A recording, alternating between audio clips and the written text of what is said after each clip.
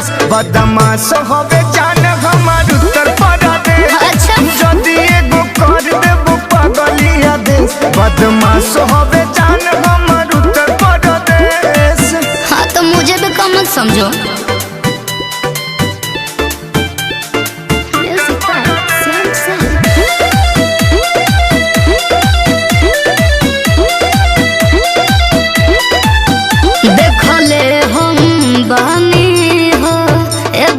बहुते रिया सब हार मानल बाटे सुन हमारा हवेरिया।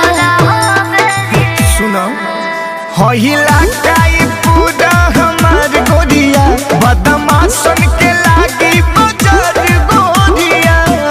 अच्छा बॉडी डेंजर होई खाली देखो न फेर आज फट जाई गोरी तो घर इंग्लिश डरे। अच्छा हट जाई गोरी तो घर इंग्लिश डरे।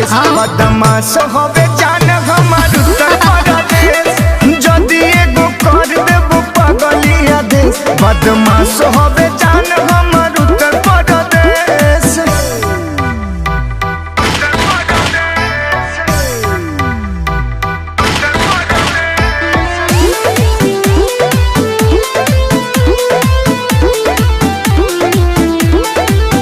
लुट जइबो ए बाबू जदि मारब हम ई नचनिया ना किनाई तू देखावो केतनो लाग। सुनो बुझ सर्वे सचिन के इशारा जा। अच्छा। नहीं यूपी में आईबो दोबारा जान। जाइबो हम पीछा के बाबू कले बच के रहियो। सुन फट जाई गोरी तो घर इंग्लिश डरे।